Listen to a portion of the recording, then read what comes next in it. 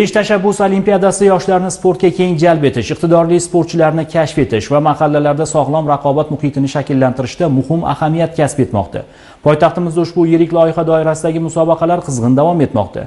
Bu gal Mirobod tumani qizlar jamoalari streetbol bo'yicha Toshkent shahar bosqichida respublika finali yo'llanmasi uchun murosasiz kurash olib borishdi. Bugun Mirobod tumanida streetbol bo'yicha Toshkent shahar bosqichining qizlar o'rtasidagi bahslari bo'lib o'tdi. Unda poytaxtimizning barcha tumanlaridan jamoalar ishtirok etib, respublika bosqichi yo'llanmasi uchun kurash olib bordi. Bellashuvlarda 16, 21 hamda 22-30 yosh toifalaridagi qizlar kuch sinashdi. Musobaqa davomida ishtirokchilar nafaqat jismoniy tayyorgarligi, balki jamoaviy va hamjihatlik, g'alabaga bo'lgan intilishini ham namoyon etdi. Musobaqalar juda ham qizg'in, ko'rib turganlaringizdek davom etyapti. Hamma tumanlardan jamoalar bor, shakllantirilgan, trenerlar, moliyaviy direktor o'rinbosarlari o'z o'rnida ishlagan. Toshkent shahar sport boshqarmasi tomonidan barcha sharoitlar qilib berilgan.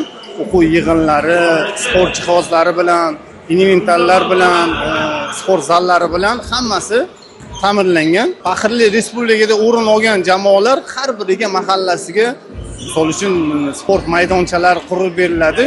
Shu ham bir faxr bo'ladi. Yoshlarga, yosh o'sib kelayotgan bolalarga motivatsiya deb bilamiz. Yakuniy natijalarga ko'ra 16-21 yosh toifasida Yakkasaroy tumani jamoasi faxrli birinchi o'rinni qo'lga kiritdi. Yashnobod tumani jamoasi ikkinchi, mezbon Mirobod tumani jamoasi esa 3-o'rinni egalladi. 22-30 yosh toifasida esa Yashnobod tumani jamoasi chempionlikni qo'lga kiritdi.